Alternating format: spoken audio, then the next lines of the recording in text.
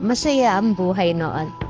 Walang masyadong iniisip, puro tawa at saya lang kasama ang mga kaibigan. Pero habang tumatanda ako, unti-unti kong nararamdaman ang bigat ng buhay.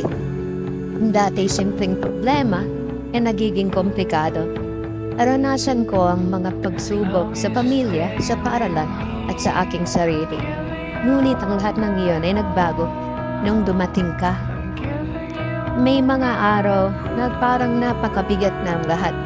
Madalas kong tanungin ang sarili ko kung may katapusan ba ang lahat ng ito. Ang pag-ibig ay tila isang malayong pangarap.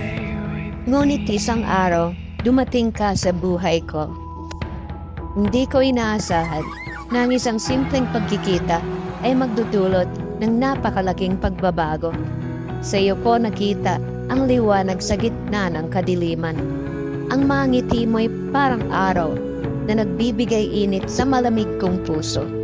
Ang mga biro mo'y nagdala ng tawa sa mga labi ko na matagal nang hindi tumatawa.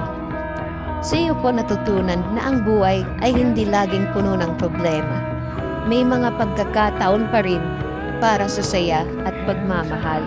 Tinuruan mo akong magtiwala muli na hindi lahat ng tao ay mawawala o mananakit. Ngunit ang masaklap doon, lahat pala ng ito ay isang panaginip lamang.